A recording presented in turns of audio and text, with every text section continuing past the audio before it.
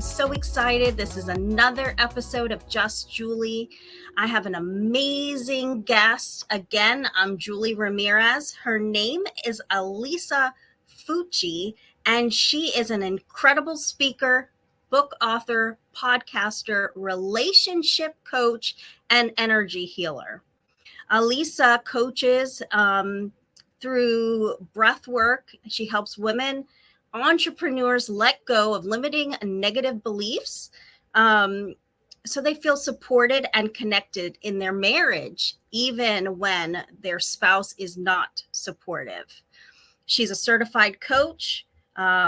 She is an international best-selling author. She is one of my co-authors in the book Unleash Her. She's created several events and workshops to teach women how to tap into their inner wisdom. And she is here to share some of her words of wisdom and her story with us. Please welcome my guest, Elisa. Hello. How are you? Julie, thank you for having me. I really am so excited to have this, to be able to chat with you, because I think I told you that, I just started doing some energy work and I had no idea what it was and how it was going to impact me. And so, um, after you share a little bit about your adoption journey, really talk to us about what went through your mind as you were making that decision, and what made you want to reconnect after such a long period of time.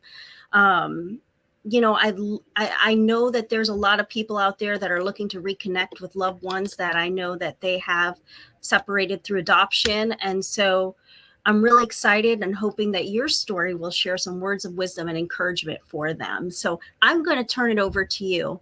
I'm going to ask you some questions. So I Yes. promise I'll do my best not to interrupt you. But I am excited to hear your story. So tell us. Oh, thank you again for having me, and thank you guys for watching and being here. Um, oh my gosh, and it's amazing because I'm gonna show you how my 15-year-old self was able to bring me here to where I am today, and how just a few months ago, breath work helped me heal some of those wounds from when I went through the adoption process with my first son. So I'll bring everything and tie it all together. Yeah, I am so excited to hear about that, because I know that through breath work, I had some things that I could not tap into, what was holding me back. And it was incredible. I felt like this release of Yes. things. And so I'm excited. So let's dig in. Let's hear about your story and tell us about your Okay. journey. Oh, okay. So, um, growing up in Argentina, life was pretty good. Like the beginning of my childhood, my parents started struggling financially, so we moved to the U.S. when I was 12. Okay. And they had the American dream, so they started working. So that left me an unattended teenager in a Yeah. new country. And I found myself pregnant at the age of 15. I turned 16 like 2 months after I found out I was pregnant. Oh, wow. And I it's funny because I always, previously to that, I kept hearing in the radio a commercial about adoption and how adoption was an act of love. And I was like, oh, I wish I could have a baby just to give it to someone that can't have Yeah. kids. This was me, okay, before knowing I was going to be pregnant in a few months. And when I found out I was pregnant, I automatically knew that I could not raise a child, that I was a child myself, and I could not give this baby the life that it deserved. I wanted this child to have a better life than me, not worse. I wanted this child to have a mom and a dad that wanted him, that were prepared for him, and that's what I did. So for me, it was easy making the choice. It wasn't easy sticking to it because I Yeah. had parents that in our culture, Latinos, giving a baby up for adoption is a big no-no. It's like you're giving the family away. Yeah, and I was So, gonna ask you about that because, I wanna know how your parents felt about the fact they brought you over here to, to change their life, and then how did they react to that pregnancy? oh, they were very disappointed and they let me know. Yeah, They obviously, it was really hard for them. And the first reaction was, okay, well, I guess we're raising another kid or you're getting married. Um, but that was never an option for me. The dad was 8 years older than me. He was over age. yeah, So that it was, I mean, I had feelings, but it was never an option. I knew he wasn't the guy for me. I always right. knew. But because I had low self esteem, I could not get out of the relationship. But I still knew I would Yeah. never, I know I can't get out of this right now, but he's not my forever. And I'm not going to let this child come into this like the relationship and be part of this. No way. So my mom even said she prayed and God told her that I needed to keep this baby. And I was a 16-year-old thinking, wait, I've always gone to my parents for advice and they know better than me. But Mhm. here I was where I had the strongest impression that this was the right thing for me. Giving him for adoption, it was the right thing. And it was hard for me to go against my parents. And my mom was mad at me during the whole pregnancy. She ignored me and would go and buy baby clothes and go buy Oh, all these wow. things. So it was hard because here I Mhm. was seeing all these baby things, and then I would get kind of excited, but I was like, no. And as I got closer, and I had to choose a family Yeah. for my son, it was like, and then I got to meet them and they found out and they got excited. They created a nursery and they picked a name and they were Oh, like, wow. for me, and we were in contact. We wrote each other letters. For me, I would never be take that away from them. Yeah. Even when Now, I was were they struggling to get pregnant, or did they have other Yes, kids? yes. Okay. No, they had tried for 10 years Oh, without wow. success. So they were hoping to adopt. This was a blessing for them. Yes, it was. And then I know you've always thought about adoption even before you got pregnant, but how soon did you talk to your mom about this, your want to adopt? Um, I don't really remember, but I know that I talked to my sisters. My sisters were really my big support system. I have five of them. So they Mhm. all rallied around me and they were the ones that like kept me safe and protected me. And they were like the ones talking to my parents and going like, this is what she wants. We are going to support her even if you don't.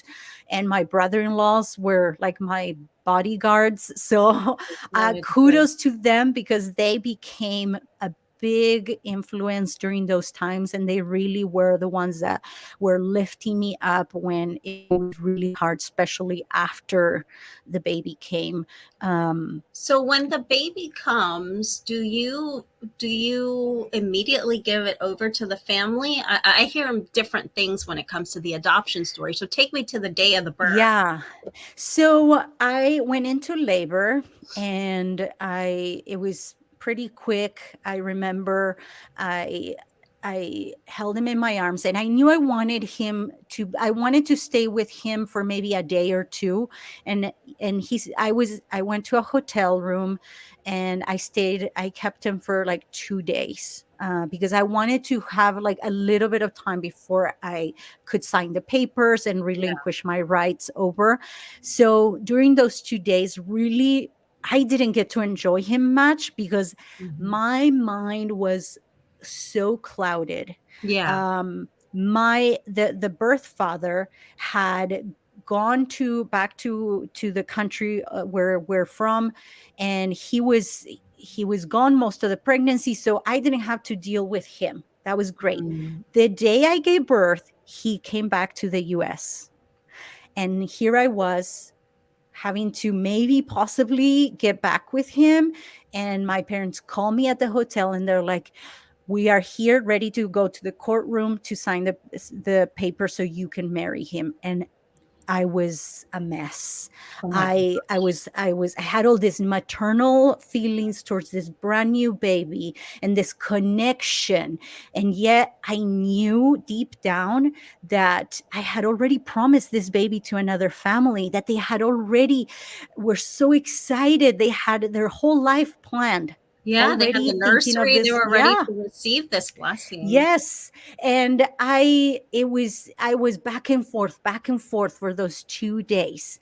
And the day came where my sisters drove me to the agency. We pulled over, and in my head it was noise of so much noise, because it was like, should I do it? No, should I not do it? But I was just going with emotions. I Yeah. couldn't stop, and I couldn't make a decision. I couldn't do anything, and I didn't want to let go of the baby.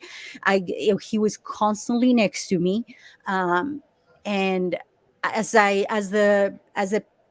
social worker brought in the papers, I had my baby in my arms, the pen in one hand, and she's like, "Okay, sign here, sign there." I could not sign the papers.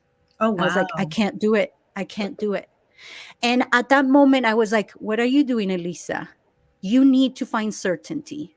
Yeah. So I told my sister, "Here, hold him. I need to go into another room. I need to pray.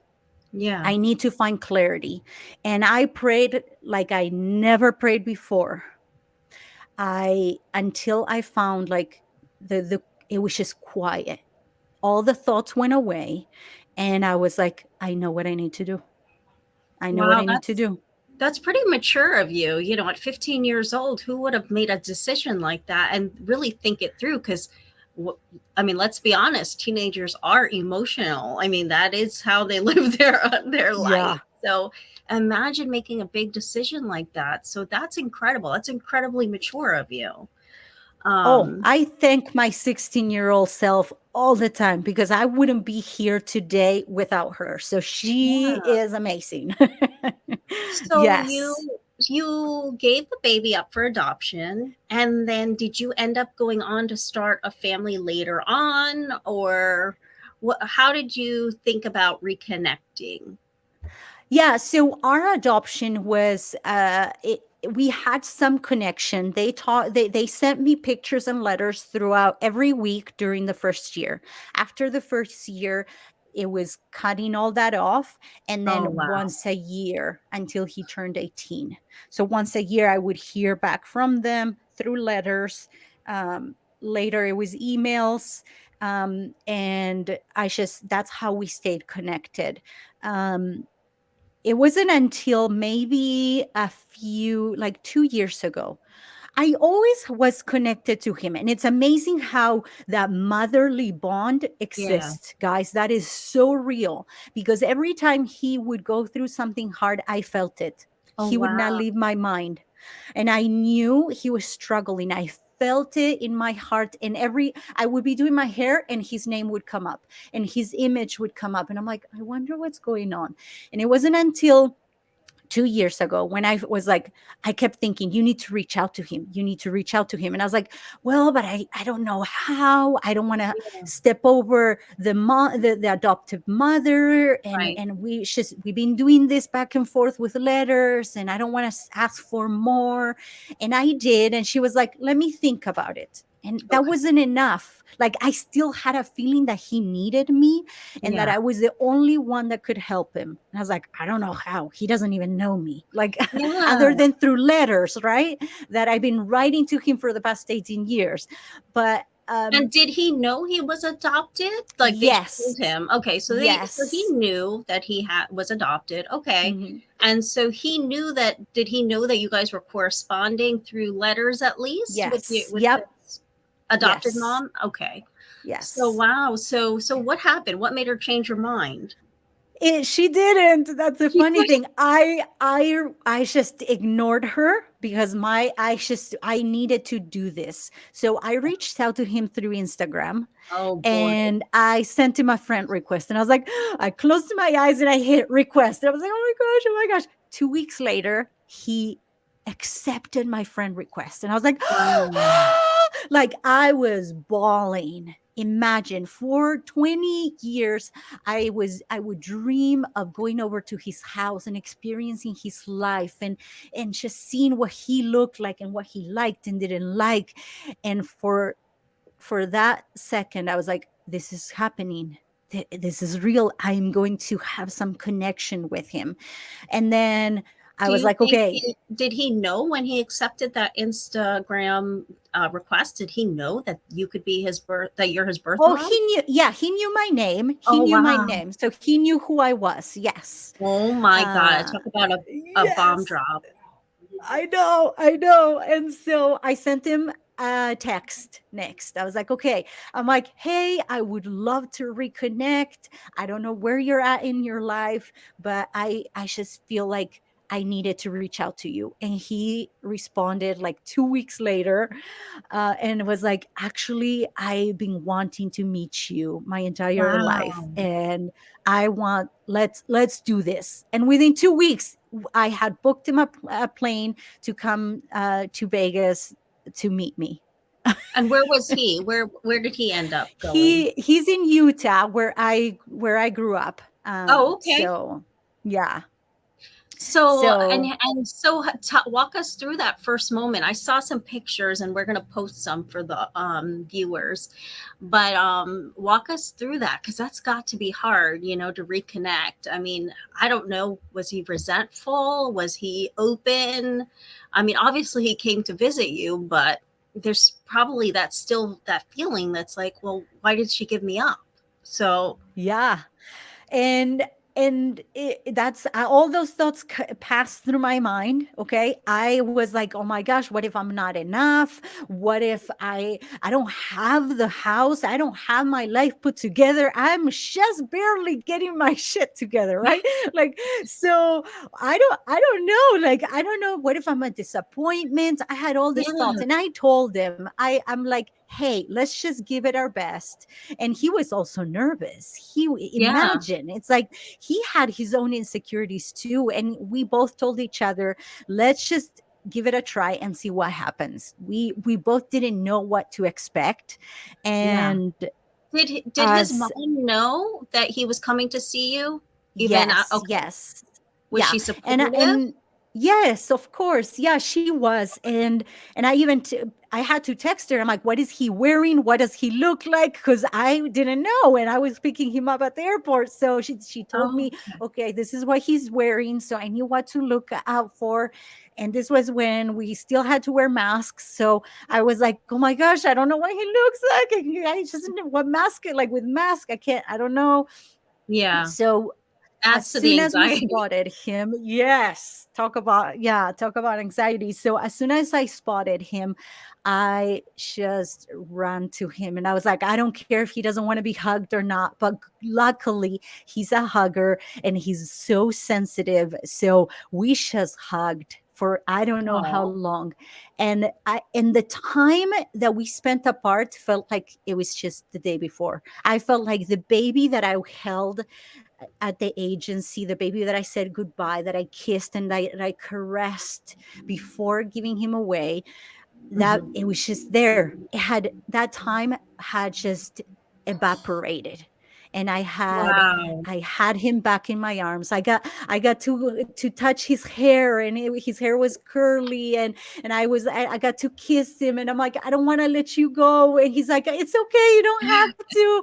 And we just hugged and we cried, and it Yeah. was the most beautiful experience ever. And something happened in that moment. The hole that I had in my chest closed, just like Wow. that.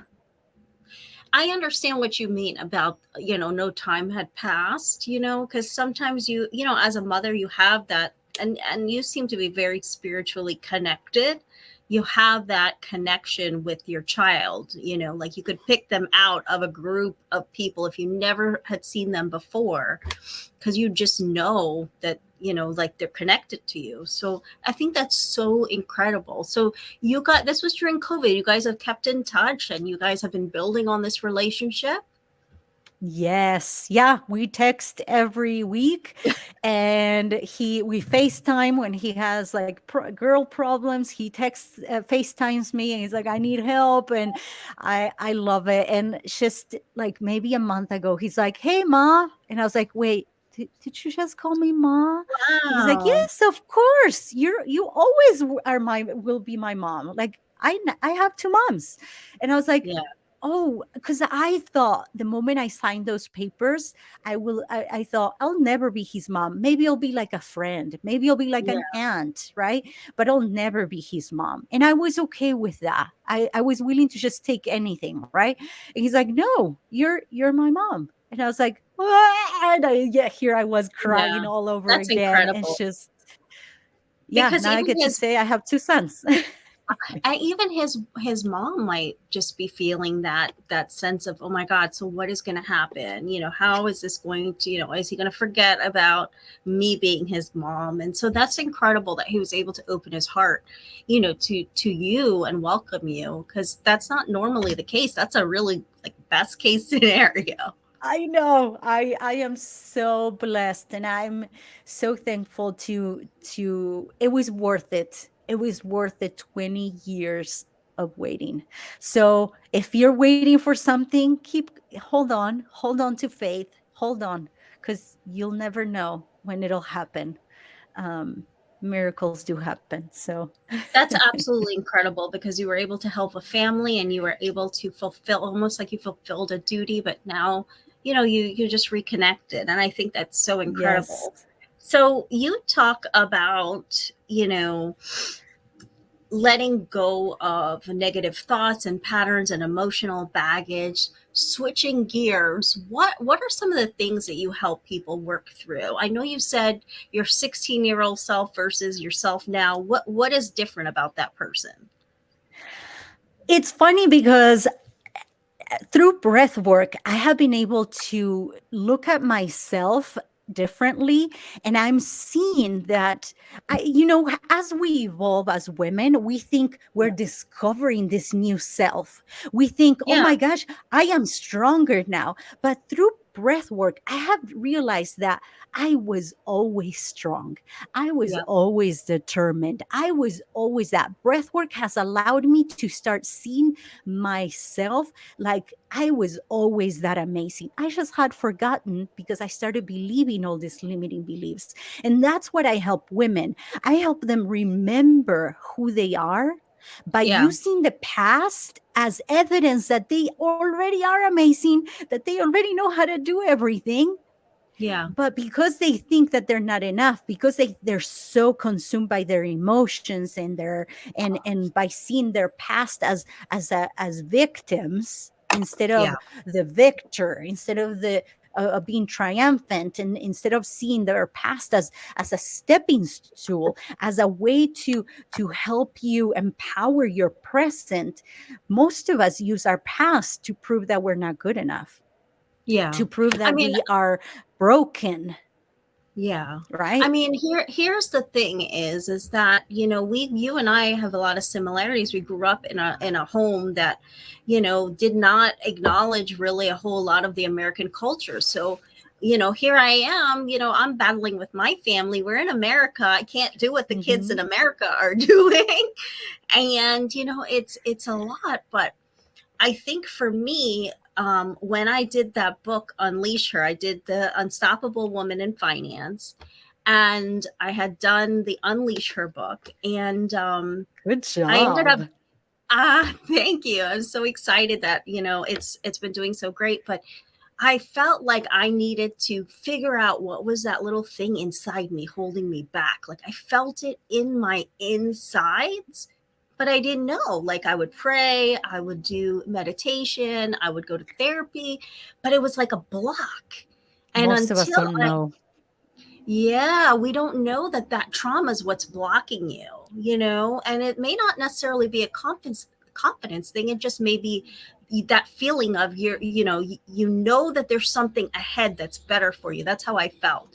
I knew that there was something better, for me awaiting, but I just felt like there was something in me that was blocking me, and it was my own self, Yep. and it was from trauma. And so, it's amazing that you do that, because people don't make that connection. So talk to us a little bit about that. Like, what are some of the things that you find that you've helped some women with? So what I love now is that I bring breath work in, because inevitably, so as we are born, we're born perfect. If you look at a baby, it's perfect. It Hmm. is as we get older and we pick up on the things our parents teach us, our teachers or family members give us, and it just sticks with us. Yeah. And we are not taught to process our emotions. So what does our body Hmm. do? Our body just holds on to everything, and we Yeah. walk all stiff, right? And we hold on and we carry all this. And then we wonder, why is life so hard? Why can't Yeah. I do this? I want to do this so bad. And then we can't do it. We keep like messing up. And it's like, oh, but I want to. This is how I found myself my entire life. I always wanted something better, but I Yeah. felt like I could never do it. Just like you do, like you know how you were like, feel like I can do better. But it was like, Yeah. no matter how much therapy I did, and I did several different types of therapies Yeah. to help me get out of this cycle. And I would feel good for a little bit, and then I would just go back into the victim cycle and go Cycle. back Yep. to like, Same thing. right? It Yeah. was there back and forth. And I was getting physical pain. Like, my body, it got to the point where my Oh, body, I didn't know what was wrong. I was in pain. And I remember going to the doctor, and they tested for arthritis and whatever. And finally, she was like, "Have you ever thought about maybe having fibromyalgia?" I'm like, "What is that?" And it where did wasn't you until, have your pain? I'm like, wondering. literally all over my body. When I All tell over. you, Wow. all over my body, when I tell you. And until I did that exercise, and listen, I was skeptical too. I didn't have any Yeah. pain. I actually was not sleeping either.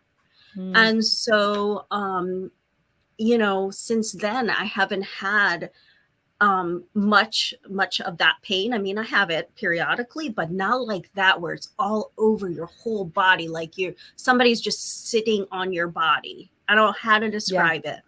And so Oh, yeah. somebody said to me, "You know what? I have the same thing, and it's from anxiety and it's from depression." I said, "Wait a minute. But I have anxiety and I have depression, and I mean, what could it be from? Like, I've worked through it. I've gone to therapy. I've done all these things." They Yeah. said, "Julie, you have gone through a lot, and your body is holding on to it." And that made perfect sense, Exactly. because one thing about me is I don't breathe. Um, I'm in such a Mm. We rush. don't. We don't as Yeah, humans. We hold on and we use like less than 80% of our lung capacity. So, yeah. yeah. And so I'm holding on to that, where that breath is supposed to release, right? And if you're not breathing, you're not releasing it. So Yeah. I've got all this stuff, kind of like right now. I'm you're holding on to, and you're getting that pain all over your body, or wherever it is in your body. Mine happened to be all over. And then I would get the fatigue, because I'm trying to fight my body and my brain, to make things better, and they weren't working. And that's how I really explain anxiety and depression. I know that you also went through some of that, so I'm curious to hear how that helped you. Yes. So we hold on to actually all the emotions, not just depression and anxiety. And eventually, at first, our bodies will fight. We'll fight it, right? To keep us alive, to keep us Hmm. healthy. But sometimes our bodies will give up and it'll start manifesting in our bodies physically, just like it did for you. For some people, Yeah. they can go years and decades without it Yeah. manifesting in their lives. For some of us, it just starts showing up earlier and in different ways.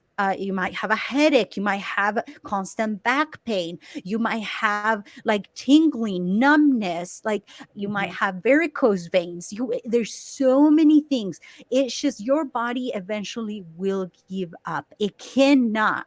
just fight against all these Yeah. blockages, because that's what happens. It's we're supposed to be flowing energy Hmm. beings, where energy goes in and out through us, in through our body and throughout through our feet.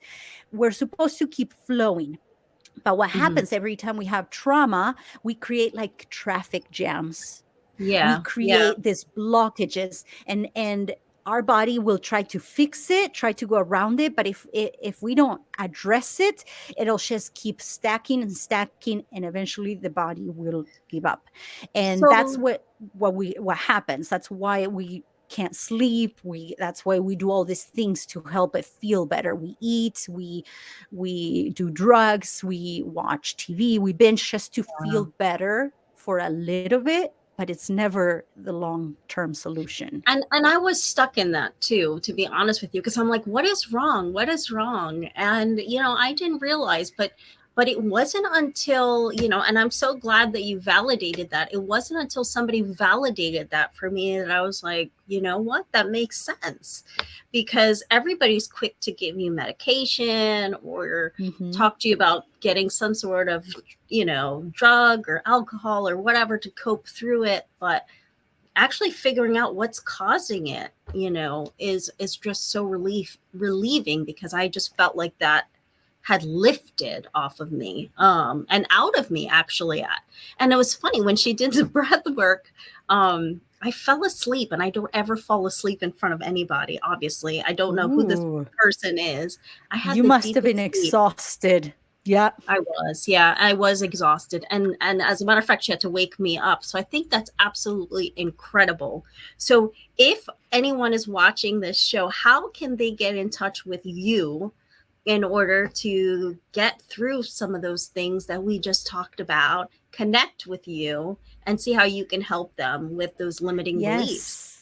I would love to help anyone who's watching, because this is what my calling is, and it's my honor to help those that are struggling, like me. And I've been there. I know exactly how you feel, and I can help you. And I have come up with this one of a kind coaching program where you get to have use your breath to heal your own body, to Oh, heal wow. your past, to heal and recharge mentally, spiritually, physically. I mean, it is amazing. I can go on about it, but I usually do once or twice a month do breathwork sessions for the public. um, Mhm. so it's just, if you follow me on Instagram or Facebook at Elisa Fucci Coaching, ELISA FUCCI, like Gucci, but like the knockoff of Gucci, Fucci with an F, Elisa Fucci Coaching. You can look it up and see. I post when it's coming up, like when I have breathwork sessions. Um, and you can sign up for a class and experience breathwork, experience the miracle of breath work. And then if that feels like it's something that you want to do, I have combined breath work and coaching, because I believe for some of us, we have some limiting beliefs that are so stubborn that Mhm. coaching cannot solve on its own. So Right. that's why I combined coaching and breath work. So my clients get to see me every week. They get to interact with me every day through Voxer, which is like a walkie talkie app, and they get breathwork sessions with me every week. So it's Awesome. guaranteed that you're going to overcome whatever you're going through. It is guaranteed, because those two modalities are have been amazing in my life, and it's a gift that I'm giving people to have those two. So And I want to thank you so much for coming on the show and sharing a little bit about your story. I look forward to having you on again and talking a little bit thank more. you. But, please, if you are interested, reach out, because you don't know what other methods are out there unless people bring it to you. And so I can honestly tell you it's something that you need. If you're struggling and you just feel like there's some block inside of you, reach out to her. And I will put your socials and everything on here, but it was absolutely a pleasure. Thank you, And Julie. and so I look forward to talking to you more in the future. Thank you. Me too. Thank you. Take care. And that's all that we have for you guys today. Another episode of Just Julie airs on Thursday. See you guys, and I can't wait to share next week's episode.